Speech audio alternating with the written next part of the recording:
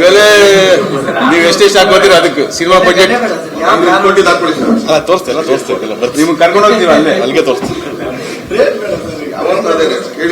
ಕೇಳಿದ್ರೆ ಬೆಲೆ ಎಷ್ಟು ಅಂತ ಕೇಳಿದ್ರೆ ಈಗ ನೀವು ಅಳಿತಾ ಇದ್ದೀರಾ, 10 ರೂಪಾಯಿ ಆಗ್ಬೋದು, 1000 ರೂಪಾಯಿ ಗಿಫ್ಟೇ ಸರ್. ಹಂಗನ್ಬಿಟ್ಟು ಗಿಫ್ಟ್ ಕೊಟ್ಟು ವಾಪಸ್ಕಂತೂ ಕೇಳಲ್ಲ ನಾವು. ಪ್ರೀತಿಗೆ ಬೆಲೆ ಕಟ್ಟಕ್ಕಾಗುತ್ತಾ?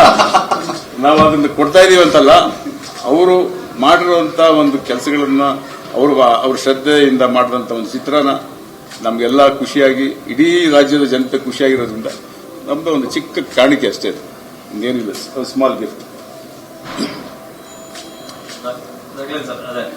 ಸಿನಿಮಾಗಳು ತುಂಬಾ ಚೆನ್ನಾಗಾದಾಗ ತಂತ್ರಜ್ಞರಿಗಿರ್ಬೋದು ಅಥವಾ ಕಲಾವಿದರಿಗಿರ್ಬೋದು ಈ ತರದ ಒಂದು ಉತ್ತೇಜನ ಕೊಡ್ತಕ್ಕಂಥದ್ದು ನಿಜವಾಗ್ಲೂ ತುಂಬಾ ಪಾಸಿಟಿವ್ ನೋಟ್ ಎಲ್ಲರಿಗೂ ಇಂಡಸ್ಟ್ರಿಯಲ್ಲಿ.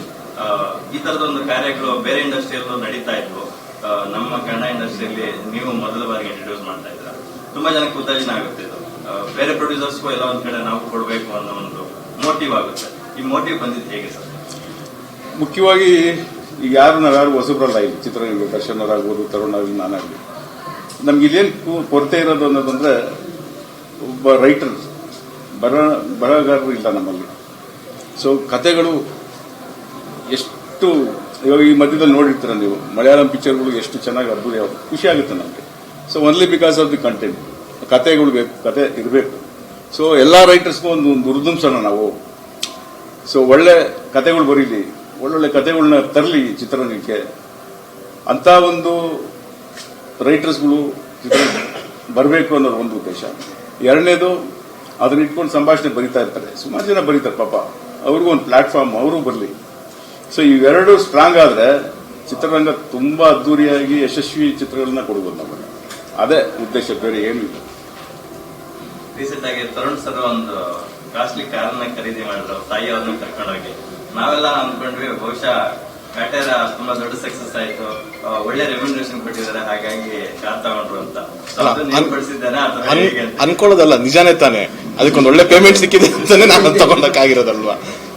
ಏನಾಗುತ್ತೆ ಅಂದ್ರೆ ತರುಣ್ ಆಗ್ಲಿ, ದರ್ಶನ್ ಆಗ್ಲಿ, ಈ ಚಿತ್ರಕ್ಕೆ ನಮಗೆ ಒಬ್ಬ ಹೀರೋ, ಒಬ್ಬ ಡೈರೆಕ್ಟರ್ ಅಂತಲ್ಲ, ನನಗೆ ಒಂದು ಫ್ಯಾಮಿಲಿ ಅಂತ ನಾವು ಅನ್ಕೊಂಡಿರೋದು. ಸೊ ನಾವು ಈ ತರ ಕುತ್ಕೊಂಡು ಈ ತರದ ಒಂದು ಸರ್ಪ್ರೈಸಿಂಗ್ ಅಂತ ಏನ್ ಹೇಳ್ತಾ ಇದ್ದೀನಿ. ಸೊ ಇದನ್ನ ಮುಂಚೆನೆ ಹೇಳ್ಬೋದಾಗಿತ್ತು. ಸೊ ಅದು ಬೇರೆ ಬೇರೆ ಏನೇನೋ ಆಗುತ್ತದೆ. ಸೊ ಅದಕ್ಕೆ ನಿಮ್ಗೂ ಅಷ್ಟೇ, ನೀವು ಬಂದ ತಕ್ಷಣ ಏನ್ ಸರ್ ಕಾಂಟ್ರವರ್ಸಿ ಇಲ್ಲ ಅಂತೆಲ್ಲ ಶುರು ಮಾಡಿದ್ರೆ ನೀವು ಸಸ್ಪೆನ್ಸ್, ಸರ್ಪ್ರೈಸು ಈ ತರದ್ದೆಲ್ಲ. ಎಮರ್ಜೆನ್ಸಿ ನಮ್ದು rock line entertainments, rock line Venkatesh ಹತ್ರ ಕಾಂಟ್ರವರ್ಸಿ ಇರಲ್ಲ, ಅದ್ರ ಸಸ್ಪೆನ್ಸ್ ಇರ್ತದೆ, ಥ್ರಿಲ್ ಇರ್ತದೆ, ಎಂಟರ್ಟೈನ್ಮೆಂಟ್ ಇರ್ತದೆ.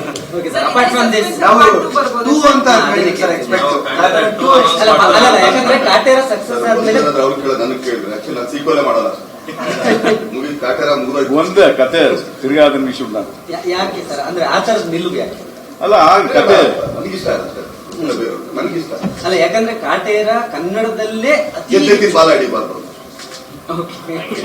ಗೆದ್ದೆತ್ತಿ ಬಾಲ ಹಿಡಿಬಾರ್ದು. ಮುಗಿತ ಇನ್ನೂ ಅದನ್ನ ಎಳಿತೀವಿ ಅಂದ್ರೆ ಈಗ ಫಸ್ಟ್ ಹಾಫ್ ನಿಮ್ಗೆ ಆಕ್ಚುಲಿ 3 ಅವರ್ ತೋರಿಸ್ಬೇಕು, ಸಕ್ಸಸ್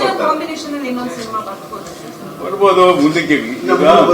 ಯಾರಾದ್ರೂ ಏನಾಗುತ್ತೆ ಅಂದ್ರೆ, ನಾನು ಕತೆ ಸಿಕ್ಕಿದ್ರೆ, ಈ ಕತೆ ಸಿಕ್ಕಿದ್ರೆ ದರ್ಶನ್ ಸೂಟ್ ಆಗುತ್ತೆ, ದರ್ಶನ್ ಕತೆ ಕೇಳೋಣ, ಚೆನ್ನಾಗಿದ್ಯಾ ಮಾಡೋಣ. ಸೊ ಆ ತರ ಮಾಡ್ಕೊಂಡ ನಾನೇನೋ ಇಮಿಡಿಯೇಟ್ ಆಗಿ ಆ ಹೀರೋಗಳು ಡೇಟ್ ಇಟ್ಕೊಂಡು, ಈ ಹೀರೋ ಡೇಟ್ ಇಟ್ಕೊಂಡು ಸಿನಿಮಾ ಮಾಡೋ ಪ್ರೊಡ್ಯೂಸರ್ ನಾನು ಅಲ್ವೇ ಅಲ್ಲ. ಹೀರೋ ಡೇಟ್ ಇದ್ರು ಕತೆ ಸಿಗಲಿಲ್ಲ ಅಂದ್ಬಿಟ್ಟು ನಾನು ಹೀರೋ ಡೇಟ್ ಬಿಟ್ಬಿಟ್ಟಿದ್ದೀನಿ. ಸೊ ಆ ತರ ಮೂವರಿಗೂ ಆ ತರ ಸಿಕ್ಕಿದಾಗ ಸೆಟ್ ಆದ್ರೆ ಡೆಫಿನೆಟ್ ಆಗಿ ಮಾಡ್ತೀವಿ. ದರ್ಶನ್ ಅವರು ಒಬ್ಬ ಟೆಕ್ನಿಷಿಯನ್. SS TV ಸಿನಿಮಾ ಜಗತ್ತಿನ ಕ್ಷಣ ಕ್ಷಣದ ಸುದ್ದಿಯೊಂದಿಗೆ.